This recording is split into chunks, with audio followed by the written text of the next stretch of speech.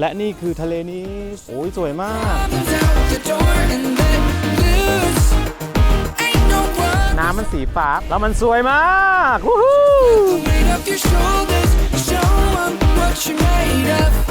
อยากมาใหม่เลยอะช่วงแบบพีคๆของเขามันจะบันเทิงขนาดไหน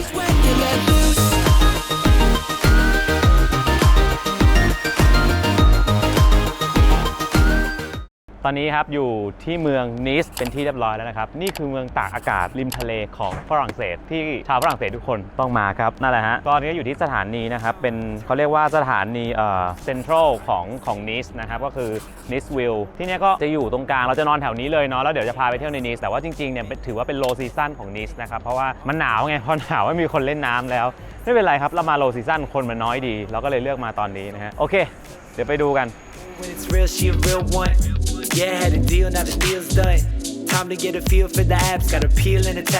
เรามาทำความรู้จักเมืองนี้กันครับเมืองนี้มีชื่อว่านิสเนี่ยนะก็เป็นเมืองหลวงของโกตดาซูนะครับเป็นเมืองที่ใหญ่อันดับที่5ของฝรั่งเศสหลายๆอย่างนะฮะของที่นี่โด่งดังมากนะครับแต่ที่ดังที่สุดเนี่ยก็เป็นเรื่องของชายฝั่งทะเลที่สวยงามมากนะครับเป็นสวรรค์ทางตอนใต้ของฝรั่งเศสเลยแล้วก็ที่สำคัญนะครับที่นี่เนี่ยอยู่ติดกับทะเลเมดิเตอร์เรเนียนครับทำให้อีกหนึ่งอย่างที่โด่งดังนั่นคืออาหารทะเลที่นี่สดใหม่แล้วก็อร่อยมากนะครับทำให้หลายๆคนครับนักท่องเที่ยวเนี่ยต่างเดินทางมาที่นิสกันเต็มไปหมดนะครับและแน่นอนครับผมเนี่ยมาที่นี่ครั้งแรกถูกไหมเรามาช่วงโลซีซั่นครับแต่ไม่น่าเชื่อนะว่าชายหาดของที่นี่ยังแบบโอ้โหสวยมากน้ำทะเลนี่ฟ้าใสเลยครับมันทำให้เรารู้สึกเลยว่าอยากจะกลับมาที่นี่อีกครั้งหนึ่งตอนไฮซีซั่นเลยโอเคครับเดี๋ยวเราจะเข้าที่พักก่อนนะที่พักเราวันนี้นอนไอบิสไตล์เพราะว่าอยู่ใกล้กับที่พักแล้วก็เป็นโรงแรมเชนที่หลายๆคนน่าจะรู้จักอยู่แล้วแหละแล้วเดี๋ยวเดินไปเพราะว่า5นาทีก็จะถึงเมฆดำฝูงใหญ่ไอ้หนูนี่ไงถึงเสียงลมคำรามข้อดีของช่วงนี้นะครับก็คือคนน้อยมากตามจุดท่องเที่ยวคิดว่าน่าจะไม่เยอะแต่ว่าเล่นน้ำทะเลไม่ได้ซึ่งจริงๆแล้วจุดขายนี่คือน้ำทะเลนะแต่ถ้าเราเน้นถ่ายรูปพักผ่อนนะครับไม่ได้เน้นว่าต้องลงน้ำอย่างเงี้ยก็น่าจะโอเคกว่าเพราะว่าจริงๆตึกรามบ้านช่องเนี่ยก็สวยงามดูดิ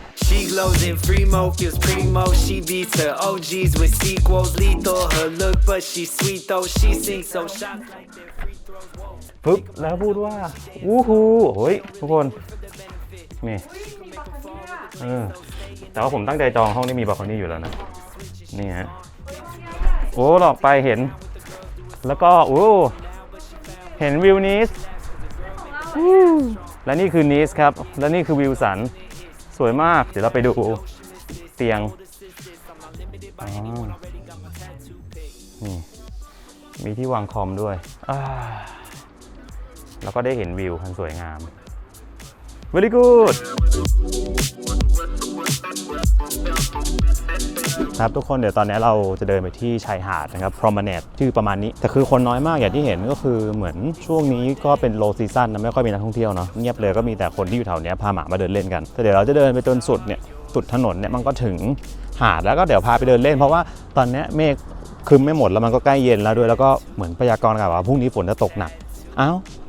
ซวยซะอย่างนั้นสังเกตนะว่าแต่เมืองเป็นเมืองริมทะเลก็จริงนะครับแต่ว่าพวกสถาปัตยกรรมอย่างเงี้ยถิ่นอยู่อาศัยเนี่ยเขาก็ยังคงแบบความเป็นศิลปะแบบเดียวกันกับปารีสก็คล้ายๆกันอ่ะคือข้อดีของยุโรปเนี่ยส่วนใหญ่เขาจะต้องให้รักษานะครับตึกทุกอย่างเนี่ยให้มันเหมือนสภาพเดิมทุกอย่างใช่สไตล์เดิมแต่ว่าไอ้ตรงชั้นล่างร้านคุณเนี่ยคุณจะเปลี่ยนทันสมัยแค่ไหนก็ทำแต่ว่าไอ้ตรงข้างบนทั้งหมดตัวตึกเนี่ยต้องเหมือนเดิมนี่คือ Joyo Facesคือบูธอ่านมั่วแล้วก็นี่ฮะมีชาวเมืองครับแล้วก็ตรงนี้รถห้ามเข้านะฮะผมบอกเลยลมแรงอย่างนี้เรียกว่าพายุอย่าไปกลัวอย่าไปห่วงใยวันนี้เป็นวันอาทิตย์นะฮะผมก็เลยคิดว่าน่าจะเป็นวันที่ร้านส่วนใหญ่ปิดแต่ถ้าโซนท่องเที่ยวเนี่ยก็ยังมีเปิดหลายร้านอยู่นะฟุบและนี่คือทะเลนิสโอ้ยสวยมากอย่างชิลอ่ะนี่ฮะมีเลนจักรยานทุกคนเลนจักรยานเสร็จก็เป็นทางให้คนเดินแล้วก็แบบโหแต่มองไปคือแบบสวยมากแล้วก็มันเป็นหาดหินนะทุกคนรู้ว่าน้ำใสมากใช่แล้วน้ำสีสวยมากไม่รู้จะถ่ายมุมไหนก่อนเลยเพราะว่าสวยมากทุกท่านครับนี่คือมันเป็นหินแบบหินสวนหินอ่ะคือหาดมันเป็นหินหมดเลยนะมันไม่ได้เป็นแบบว่าเป็นทรายเหมือนแบบบ้านเราเนาะก็คือมันเป็นหาดหินมันก็แบบสวยอีกแบบแต่ว่าประเด็นคือน้ำอ่ะน้ำมันสีฟ้าแบบสีฟ้าเธอคอยอ่ะเธอคอยนานแล้วมันสวยมากวู้ฮู้ เบลิเบพัสบอกเลยทุกคนคือนาโตมากอะนกมันบินใกล้หน้าเรามากเลยนะ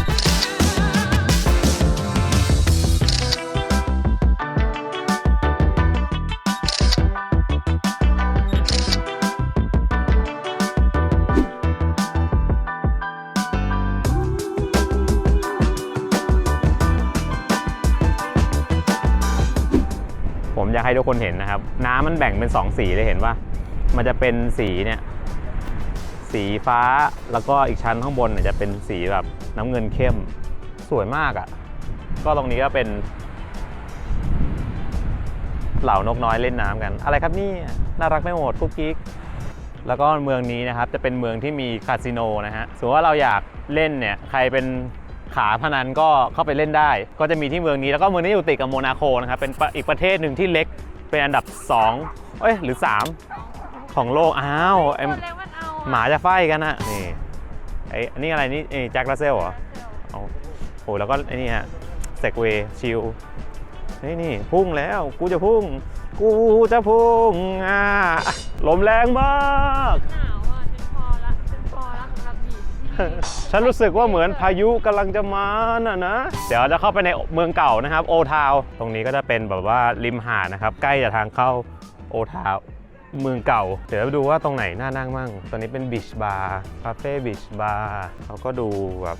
ชิลๆแบบเหงาๆเนาะถ้าช่วงคนเยอะนี่คงพีคน่าดูเลยที่นี่อยากมาใหม่เลยอะอยากมาตอนนี้มันเป็นแดดแบบช่วงแบบพีคๆของเขาอยากรู้ว่าแบบมันจะบันเทิงขนาดไหน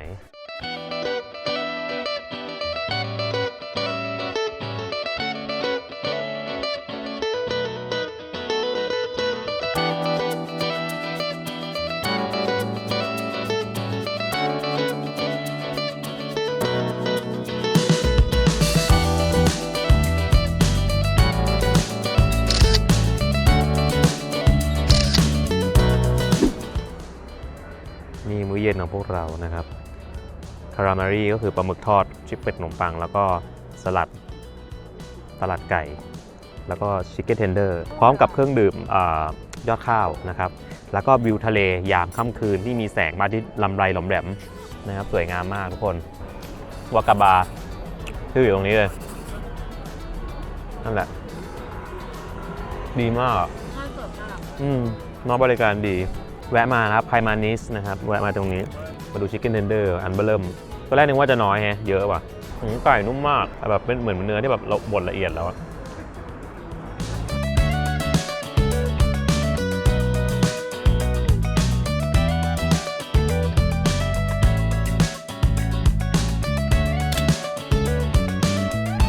และนี่ครับคือวันที่2ที่นิสนะครับตอนแรกคือถ้าใครอ่านไม่เป็นก็จะอ่านนิสว่า nice เขาก็ชอบเอามาเล่นคำกันอยู่นะว่า nice nice nice แล้วตอนนี้ฝนหยุดแล้วแบบสวยมากเดี๋ยวให้ดูนิดนึงนะ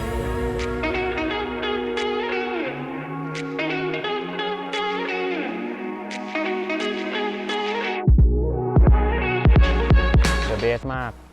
แบบวิวมันดีจนแบบวิวแสง ผมจะบอกว่ามันสวยจริงมันเป็นแบบมันเป็นสีฟ้าน้ำเงินที่แบบฟ้าจริงๆแล้วมันใสด้วยแล้วก็เป็นหาดหินหมดเลยเป็นหินที่แบบเราไว้ประดับในแบบพวกตามบ้านตามสวนตามอะไรอย่างเงี้ยเป็นหินอย่างนั้นเลยจะบอกว่าบรรยากาศดีมากครับหลังฝนตกแล้วก็ตึกฝั่งเนี้ยก็สวยนะดูดิเห็นปะสิ่งที่ผมเห็นนะครับกิจกรรมที่คนที่นี่ทำนะครับคือการวิ่งจ็อกกิ้งรอบๆทะเลเนี่ยยาวไปถึงหาดเอาจริงปะเป็นกูก็วิ่ง ผมอยู่นี่ผมวิ่งทุกวันคือปกติผมก็วิ่งครับวิ่งบนลู่แต่พอเจออย่างเงี้ยโอ้โหวิ่งข้างนอกครับเนี่ยเอาตรงๆนะอันนี้ผมพูดแบบไม่ได้ลำเอียงเลยนะมองแบบเป็นกลางนะครับคือในประเทศยุโรปเนี่ยหรือในฝั่งประเทศเจริญแล้วเนี่ยสิ่งที่เขาจะทำเพื่อซัพพอร์ตผู้คนเนี่ยมันค่อนข้างดีนะฮะเช่นอย่างที่เมืองนีสเนี่ยสิ่งที่เห็นเลยคือเลนจักรยานเนี่ยก็คือเลนจักรยานทางคนเดินคือทางคนเดินซึ่งเขาทำซัพพอร์ตอันนี้เป็นสิ่งที่เราควรจะเอาไปใช้ในการพัฒนาครับนี่ให้ดูเลนจักรยาน2เลนสวนกันได้ด้วยนะเลน2นี่รถเขาให้เลนเดียวนี่นะครับทุกคนที่ดูดิรถเขาให้เลนเดียวขับไปได้แค่ทางนี้แล้วเขามาแก้ทีหลังเลยนะดูนะเพราะว่าอันนี้เห็นบอกว่าเป็นเลนสีเหลืองแต่ว่าในอดีตครับเคยมีเส้นถนนที่เขียวไปทางนู้นแปลว่าเมื่อก่อนเนี้ยตรงนี้คือถนน แต่เขาถอดถนนออกแล้วเปลี่ยนมาเป็นเลนจักรยานแทน แล้วแก้โดยการให้รถวิ่งแค่วันเวย์ครับวันเวย์อย่างเดียวเช่นถ้าคุณจะมาตรงนี้คุณต้องวันเวย์ไปทางนู้นก็คือเขามาแก้ทีหลังเห็นไหมครับทุกคนมันแก้ได้นะครับแค่มันต้องมีการวางแผนการจัดการที่ดีแค่นั้นเอง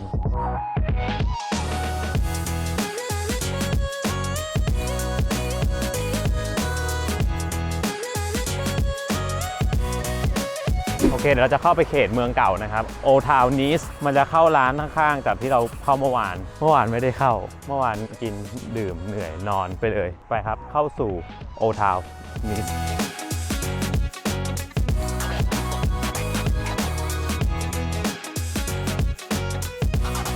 นี่ฮะแล้วก็โอทาวครับก็เป็นเมืองเก่าก็ได้บรรยากาศแบบสวยๆถ่ายรูปได้แต่ตอนนี้ร้านมันปิดหมดเนาะน่าจะเป็นเพราะว่าโลซีซั่นนี่แหละเพราะนี่ก็วันจันทร์แล้วนะก็น่าจะเปิดนะนี่ก็ไม่เปิดอยู่ดี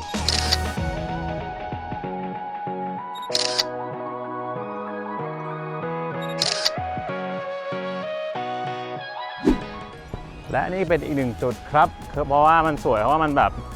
มีน้ำพุตรงกลางแล้วก็ด้านหลังมันเป็นตึกสีแดงหมดเหมือนคุมธีมมาแล้วฝั่งนู้นก็คุมธีมเป็นสีแดงเช่นกันแล้วคนก็จะเดินมาเดินเล่นช้อปปิ้งกันเพราะว่าพวกย่านแบรนด์ต่างๆเนี่ยจะอยู่โซนนี้นะฮะแล้วก็นั้นเวลาคนจะมาซื้อของเนี่ยก็จะมาช็อปกันย่านนี้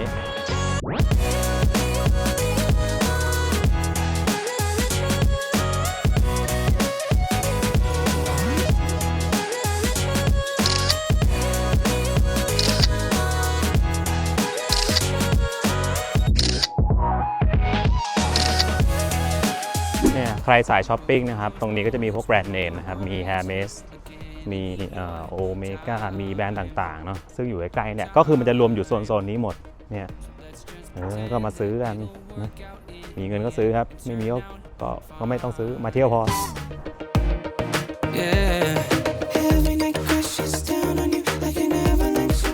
โอเคฮะเดินมาวันนี้เดี๋ยวจะพาน้องเขาไปกินออยสเตอร์บนพึมพำไปก่อนยังไม่ถึงพับมาแล้วครับตอนนี้เรานั่งอยู่ที่ร้านที่มีชื่อว่าโมริบาร์นะครับซึ่งเป็นคุณพ่อของร้านนะครับแล้วก็เป็นนักสืบของเรื่องโคนันถุยไอ้บ้าไม่ใช่โมริบาร์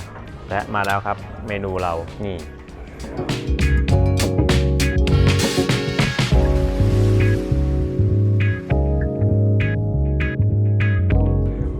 และมื้อนี้ครับทุกคนทั้งหมด 107.2 ตีเป็นเงินไทยประมาณ 4,000 บาทนี่เองก็นั่นแหละครับก็ตามนั่นแหละเพราะว่าอยากกินซีฟู้ดใครอยากกินซีฟู้ดก็ต้องอย่างนี้แหละอันนี้คือดินเนอร์ในนิสนะครับแต่ว่าก็ต้องบอกว่าจัดเต็มนะเพราะว่าอาหารทะเลคือเซตเต็มน้ำหมัก2แก้วมีเครปอีกนะครับแต่ผมได้กินออยสเตอร์แค่2ตัวนะเพราะว่าเขาให้เข้ามา6แต่เบลกินไป4ทำไมแล้วโดยที่ไม่รู้ตัวได้ว่าตัวเองกิน4จริงๆนับแล้วมันต้องแบบคนละครึ่งแต่ว่ากินเพลิน thank you นั่นแหละครับโอเคทุกคนมาโดนไป 4,000 ไปนอนดีกว่า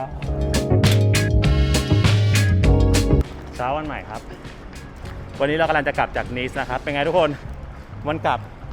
แดดจ้าไปเลยจ้าเมื่อไหร่เราจะกลับนะโหแดดมาแบบเปรี้ยงป้างเลยดูดิสวยงามครับท้องฟ้าไม่น่าเชื่อโอเคครับตอนนี้อยู่บนรถไฟแล้วนะครับเดี๋ยวเรากำลังจะย้ายประเทศแล้วนะมันจะเป็นที่อิตาลีต่อนะครับก็นิสก็เป็นอีกเมืองที่ผมรู้สึกว่าผมชอบมากแล้วก็ประทับใจมีคิดว่าอยากมาซ้ำในช่วงที่มันอากาศดีแบบว่าแดดออกอะไรอย่างเงี้ยที่คนเขาแบบฮิตๆนั้นอยากรู้ว่าบรรยากาศมันน่าจะเป็นอีกฟิลนึงนี่ก็ไปโลซีซั่นแล้วนะก็ดีเถอะอันนี้ดีนะก็ถือว่าโอเคเย็นๆแต่ว่ามันเล่นน้ำไม่ได้ไงนั่นแหละก็เดี๋ยวไว้มีโอกาสจะกลับมาใหม่นะก็ใครชอบคลิปนี้ครับอย่าลืมกดไลค์กดแชร์กด Subscribe เราด้วยนะครับที่อะไรอ่ะอีกแล้วอ่ะที่ไหนโกนครับและเบลพัทค่ะบ๊ายบาย